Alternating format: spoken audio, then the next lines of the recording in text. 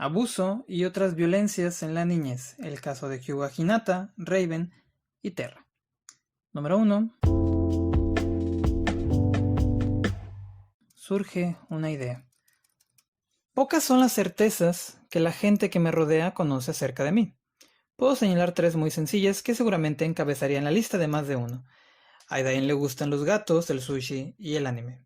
Profundizando un poco más, ¿qué tipo de sushi es mi favorito? ¿Cuál restaurante? ¿Qué razas de gatos? ¿De qué colores? ¿Cuáles animes? Etcétera. Si bien son preguntas interesantes, dijo absolutamente nadie, que pudiera retomar en alguna otra ocasión, la última es la que hoy me motiva a escribir. O a narrar en esta situación particular. Hace rato vi la película de The Last, Naruto the Movie, que, tal y como su nombre lo indica, fue la última película perteneciente a la franquicia de Naruto, antes de darle paso a la nueva generación de la mano de su odioso hijo Boruto. Lo que hace que The Last sea tan memorable para mí, dejando de lado algunas decisiones narrativas muy cuestionables, es que esencialmente es una historia de amor, un triángulo amoroso entre Naruto, Hinata y Toneri, el marciano ciego y albino. Es un gusto sumamente culposo el emocionarme tanto con todas las cursilerías que suceden entre Naruto y Hinata durante la película. Y no es para menos, puesto que desde hace ya unos 15 años que me gusta esa pareja. Aunque bueno, hoy día pienso que narrativamente tenía más sentido que Naruto se quedara con Sasuke. O que Sasuke se quedara solo. O en prisión. O muerto. Pero bueno, eso es harina de otro costal. Sin embargo, es otro el tema que hizo clic en mi mente. Uno radicalmente diferente. Y ese es el de la violencia o abuso relacionado con menores. Número 2. La violencia del ojo blanco. Vaya plot twist, ¿no? ¿De dónde surgió esa idea? ¿O qué fue lo que la detonó? Una sencilla escena de Hinata en su niñez justo al comenzar la película. En dicha escena, 3 niños se burlaban de ella debido a sus ojos blancos, símbolo inequívoco de poder y orgullo exclusivo del clan Hyuga, uno de los más prestigiosos de toda Konohagakure, clan al que evidentemente pertenece Hinata. Y es que justo el haber nacido en dicho clan, más que traerle prestigio u orgullo, a Hinata lo que le trajo fue muchísimo dolor. Antes de continuar, creo que es importante mencionar cómo es que la gente suele percibir al personaje de Hyuga Hinata. Se le relaciona inmediatamente al clásico arquetipo de chica de anime extremadamente tímida, callada, insegura y antisocial. Dandere, para los conocedores. Y sí, es cierto, Hinata cuenta con muchas de esas características, pero a lo que voy es que no están presentes solo porque sí, sino que muchas son producto de profundos traumas y heridas que vivió en su niñez. Retomando lo mencionado previamente, Hinata pertenece al clan Hyuga, pero no como un miembro cualquiera, no. Es la primogénita del líder de la rama principal y futura sucesora de este. Sobre sus hombros recaían las expectativas de todo un clan. Uno bastante elitista y cruel, dicho sea de paso. Día tras día se le exigía entrenar hasta casi desfallecer para desarrollar su poder y habilidades para que así estuvieran a la altura de las expectativas de su padre y el resto del clan.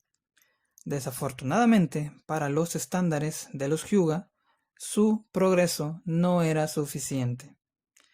El ojo blanco lo ve todo, menos la violencia que éste mismo ejerce. Ella, que era tan amable y bondadosa, que rechazaba el conflicto y el herir a otros, fue tachada como un rotundo fracaso. Más aún, cuando se demostró que su hermana, Hanabi, quien era 5 años menor, contaba con un talento y agresividad que superaban el de Hinata por mucho.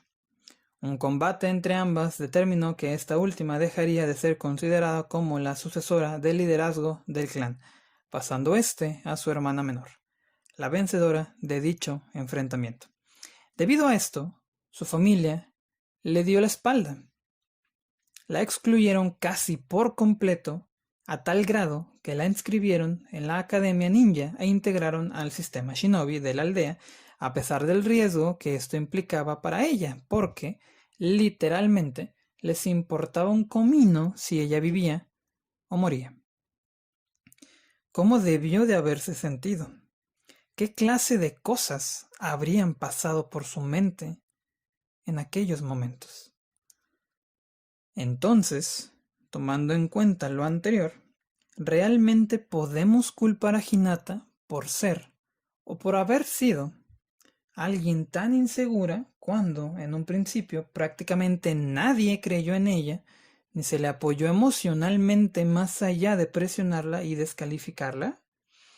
¿Podemos culparla por tartamudear o hablar muy bajito en ocasiones cuando lo que aprendió fue que lo que tenía para decir no valía nada, que ella misma no valía nada? Yo creo que no. Sabemos que posteriormente se fija Naruto y el ver cómo él no se dejaba vencer ante las adversidades fue lo que la inspiró y motivó a dar lo mejor de sí misma, y a tampoco rendirse. Además de que se enamoró profundamente de él y que deseaba que estuviesen juntos. Sin embargo, las cosas pudieron haber tomado un rumbo mucho más sombrío. Hinata pudo haber desarrollado, si no es que lo hizo, trastornos psicológicos y o emocionales bastante serios, intentos de suicidio o inclusive ser blanco de otros tipos de violencia, un tanto más inesperados. Según el Protocolo para la Prevención del Abuso Sexual en Niños, Niñas y Adolescentes del Sistema Nacional DIF, si bien no existe un perfil específico en cuanto a víctimas de abuso sexual, puesto que cualquier niño, niña o adolescente, sin importar su edad, clase social, nivel socioeconómico o religión, pueden ser víctimas de este delito, hay algunas características que se constituyen en factores de riesgo para que estos puedan ser abusados sexualmente. Presentaré brevemente dos de estas categorías: características individuales y características familiares o sociales.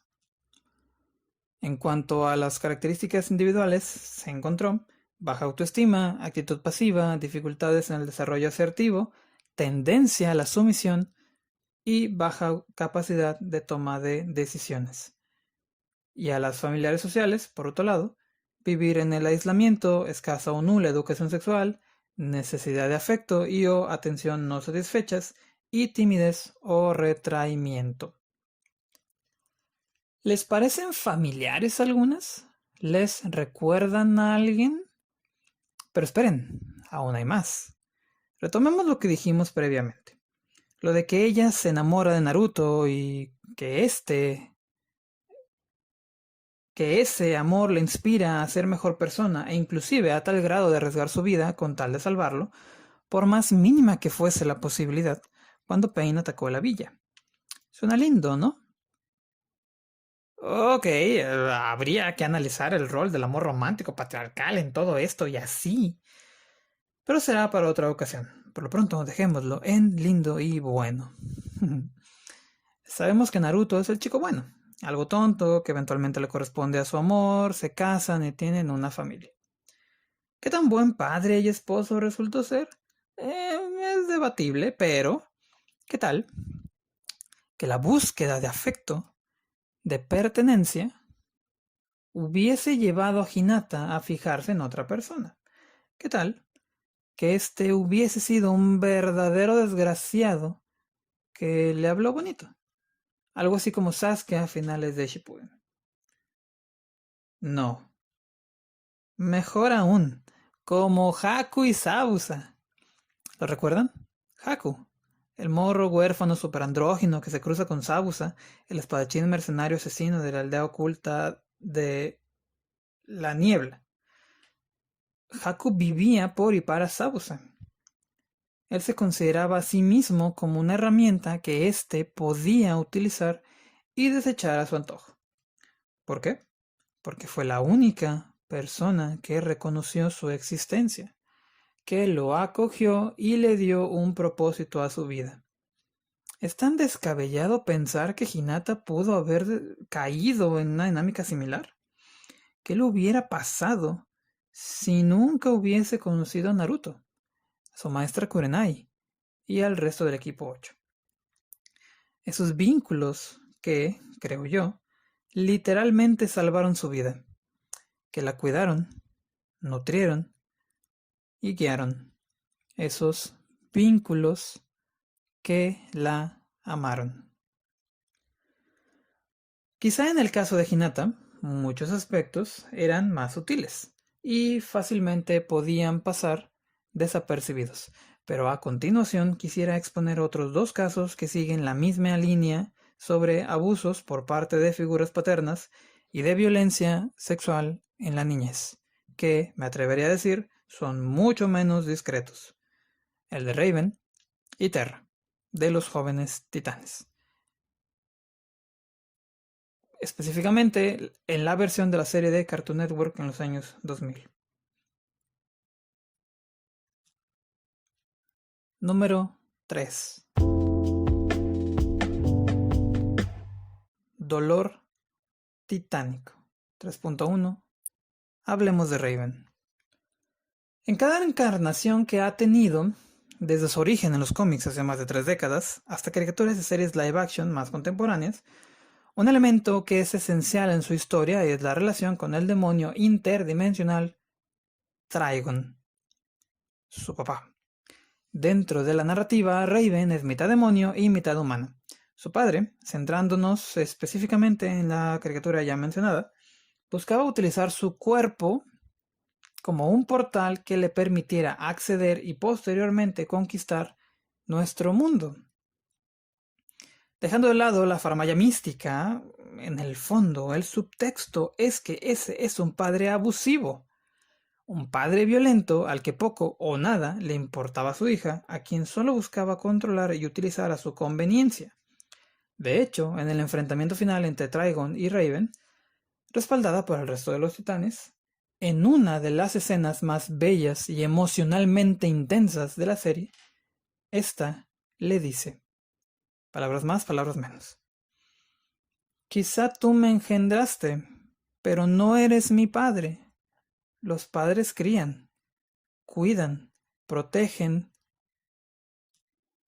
y quieren. A mí me criaron y protegieron los monjes de Azar. Mis amigos me cuidan y me quieren.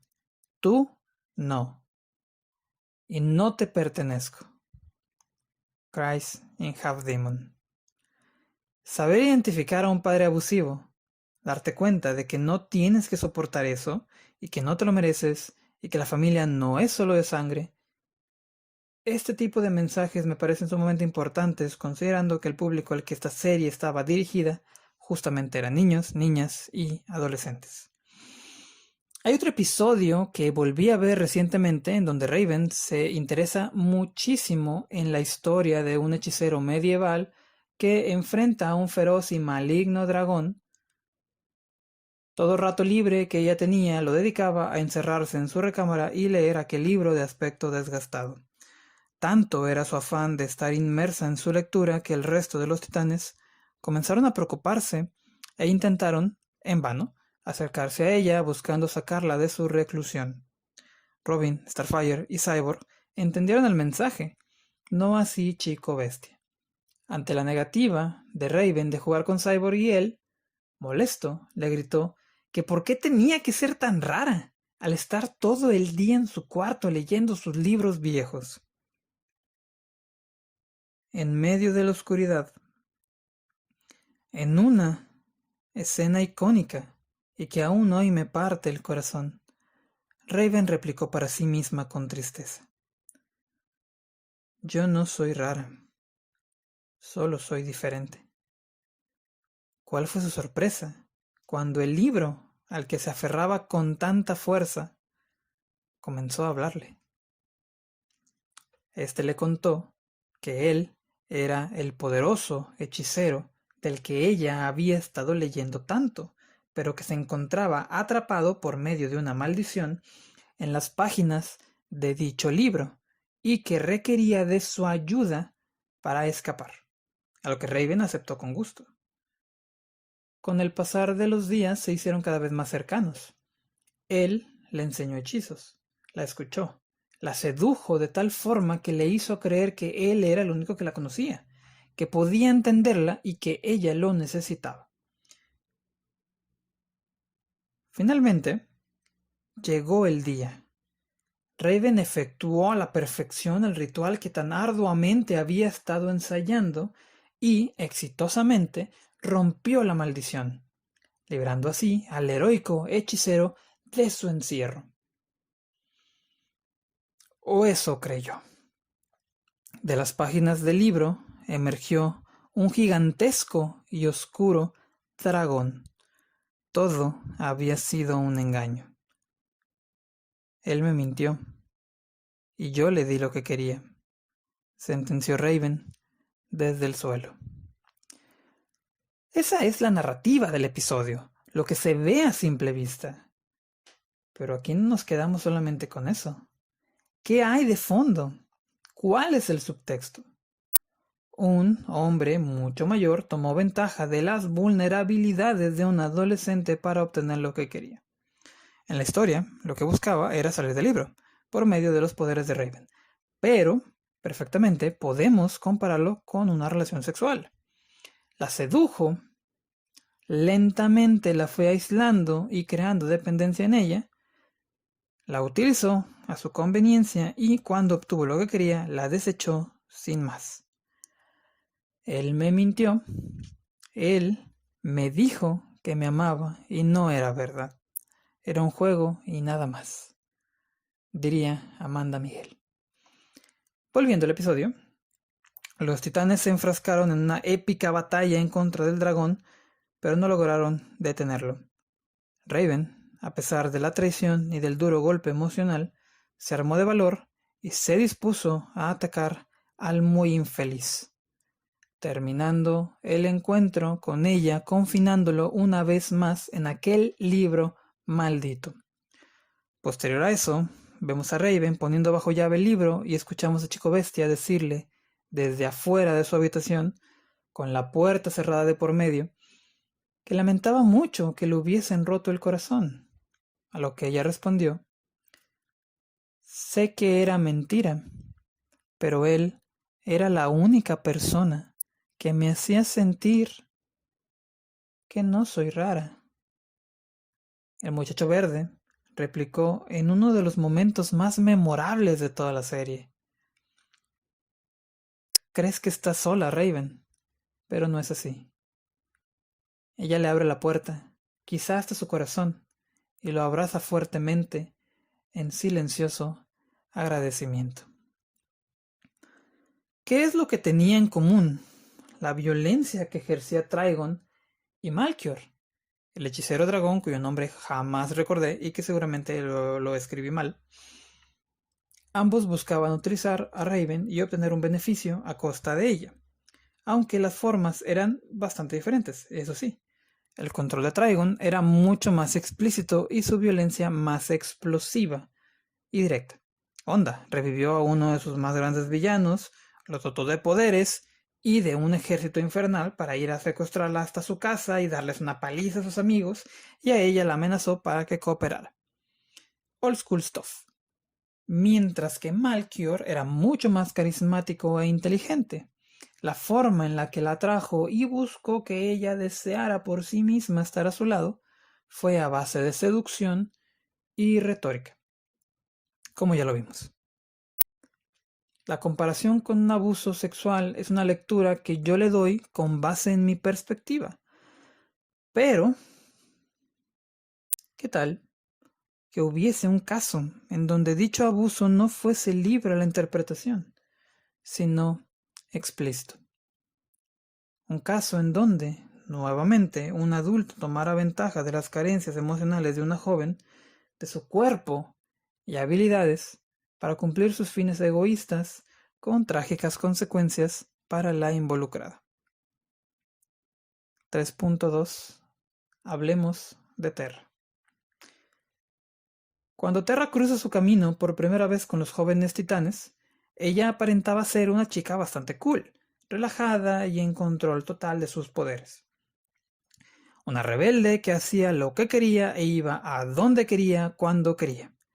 Sin embargo, a medida que pasaba su episodio introductorio, más y más se dejaba en claro que toda esa confianza era solamente una fachada. Realmente no sabía cómo controlar sus poderes, y eso la aterraba, debido a que esto en el pasado la había hecho ver como una grave amenaza ante los ojos de quienes la rodeaban, trayendo rechazo, marginación e incluso violencia a su vida. Los titanes, y en especial Chico Bestia, fueron las únicas personas que la aceptaron y ofrecieron una amistad sincera, sin importar que ella pudiera o no hacer uso pleno de sus superpoderes. De hecho, hasta le ofrecieron su apoyo con eso último. Y no es que los jóvenes héroes simplemente fueran santos como para abrir su hogar a una completa desconocida. No, sino que ellos, mejor que nadie, sabían lo que era estar en sus zapatos. Conocían la soledad que el ser diferente traía consigo, al igual que el dolor y el estigma que los superpoderes podían acarrear. Pero, por supuesto, todo esto a Terra le parecía ser demasiado bueno para ser cierto, y en su experiencia generalmente lo era. Porque cuando lo único que has conocido en tu vida es violencia y rechazo, palabras como amistad y confianza simplemente parecen irreales, incluso peligrosas.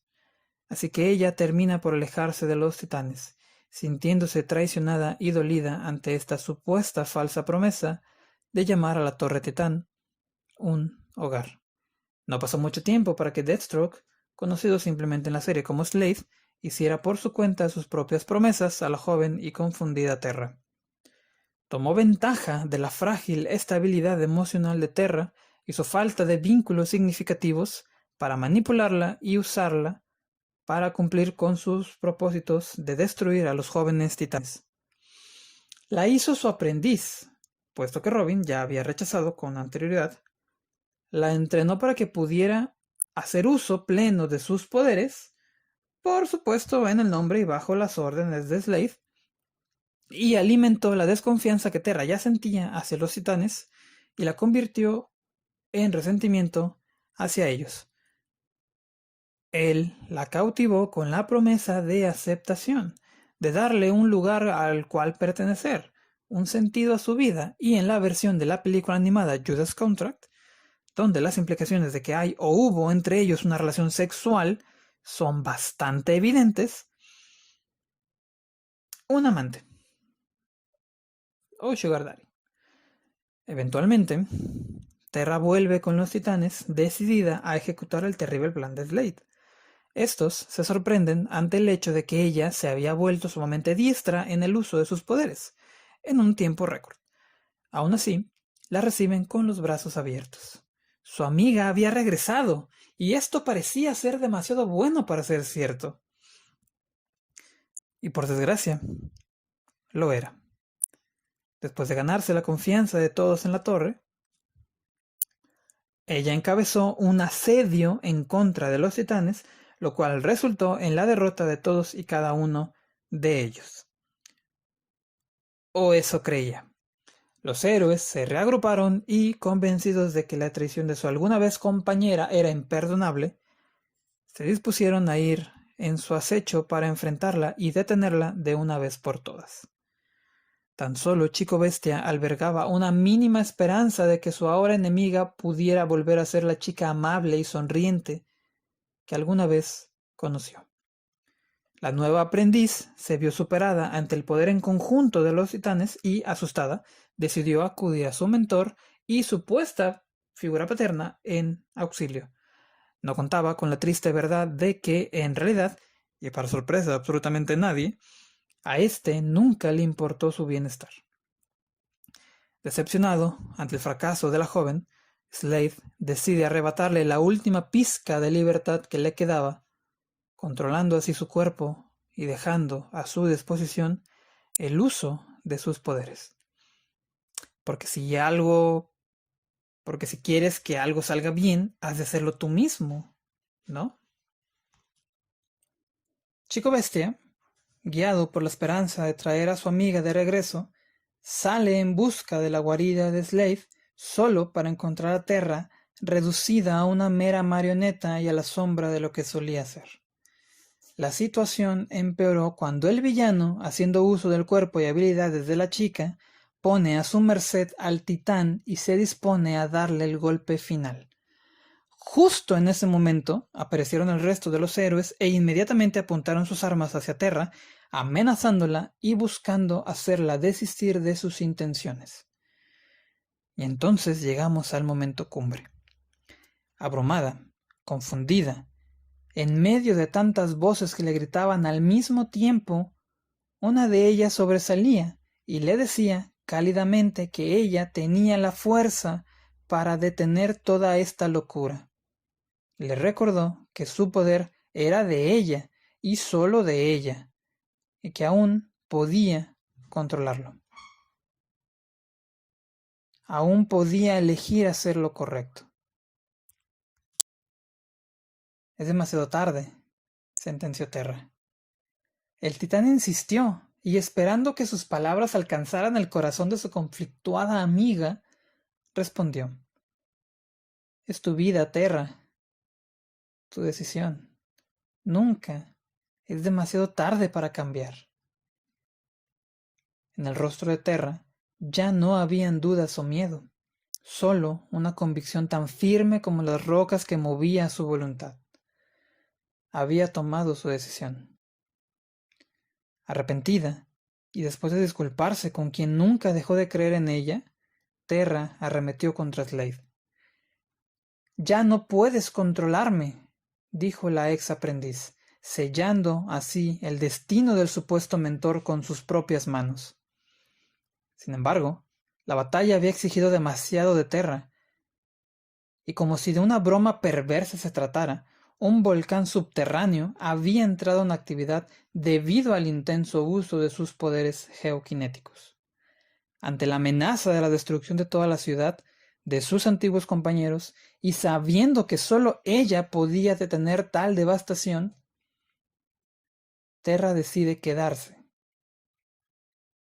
Entre lágrimas, y a pesar de la negativa de Chico Bestia, se despide de él diciendo: Fuiste el mejor amigo que pude tener. Quizá por culpa, quizá como penitencia a cambio de expiar todos sus crímenes, quizá por amor, o porque, en el fondo, siempre había sido una heroína. En medio de una gran explosión y de una intensa luz cegadora, Terra da su vida a cambio de detener la erupción del volcán. Tiempo después, 5 jóvenes acuden a una oscura cueva a llevarle flores a la figura femenina hecha de roca que alguna vez fue su amiga. Le dejaron una placa conmemorativa. En ella se podía leer: Terra, una joven titán, una verdadera amiga. Al igual que lo que hicimos en el apartado de Hinata, me parece muy interesante el plantear la pregunta del caso hipotético y analizar cuál habría sido el resultado si ciertas variables hubiesen sido diferentes. ¿Qué hubiera pasado si Terra hubiese desarrollado un apego más profundo para con Deathstroke? ¿Cómo habría tomado la traición de este último? Y si Terra fuese más violenta, fruto de haber estado inmerso en un entorno mucho más hostil, ¿qué hubiese pasado? Afortunada o desafortunadamente, podemos encontrar las respuestas a estas preguntas si volteamos la mirada a la película antes mencionada, Teen Titans The Judas Contract. En ella, el rol de Terra como doble agente es esencialmente el mismo, al igual que el desenlace. Sin embargo, cuando se revela que Deathstroke poco o nada sentía por Terra, esta explota en rabia y en un llanto que desbordaba todo su dolor debido a que ella sí había desarrollado un apego muchísimo más intenso hacia el hombre a raíz de un mayor tiempo a su servicio, en comparación de lo que vimos en la serie antes descrita. Esta encarnación de Terra estaba absolutamente destrozada, En su último momento de lucidez, se disculpa con Chico Bestia por todo lo sucedido y lo aleja del derrumbe. El engaño de quien consideraba la única persona que la amó y a quien ella amaba, la desgarró por dentro, destruyendo así todo a su paso, incluida su propia vida y la del villano. Terra exhala su último aliento en los brazos de la única persona que de verdad se había preocupado por ella y quien la había desenterrado de los escombros con sus propias manos. Garfield Mark Logan. El Chico Bestia. Número 4. Reflexiones finales. Los tres casos tienen varias semejanzas entre sí. Nos muestran niñas quienes, por diversos motivos, vivieron rechazo, negligencia y una falta total de apoyo emocional por parte de sus padres y o familia. De hecho, ahora que lo pienso, me resulta muy curioso que tanto Hinata como Raven no contaron con una figura materna como tal. Jamás hacen mención a la madre de Hinata en toda la serie y, en cuanto a Raven, lo que recuerdo es que Arela deja a su hija al cuidado de los monjes poco antes de perder la vida a manos de Trigon, cuando Raven aún era una bebé. Además de que la violencia que recibían venía principalmente de sus respectivos padres. Sin embargo, ambas pudieron reponerse a tan oscuro y doloroso pasado gracias a los nuevos vínculos y redes de apoyo que fueron forjando en su camino. A esta habilidad para resurgir de la adversidad, adaptarse, recuperarse y acceder a una vida significativa y productiva se le conoce como resiliencia. Desgraciadamente, el contexto de Terra la llevó a un desenlace muy diferente. Y aquí aprovecho para hacer una pequeña acotación. Quisiera aclarar que no me refiero a que lo que le pasó a Terra fue porque no le echó las suficientes ganitas, porque no se mentalizó lo suficiente, que tenía que ser feliz, que era inherentemente mala o cosas así sin ningún sentido.